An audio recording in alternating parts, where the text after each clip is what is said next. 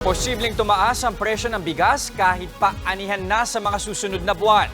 Ayon sa Federation of Free Farmers, mangyayari yan kung magiging matindi ang epekto ng El Nino. Maaari raw maapektuhan ang dami ng supply kung may masisirang ani.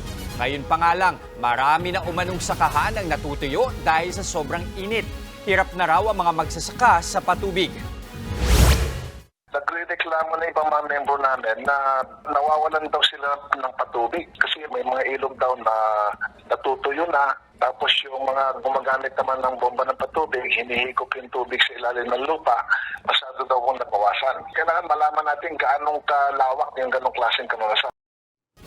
Sakaling hindi mapuruhan ng El Nino ang mga palayan, may tsansa umanong bumaba ang presyo ng bigas. Naglalaro ngayon sa 49 hanggang 56 pesos ang presyo ng bigas.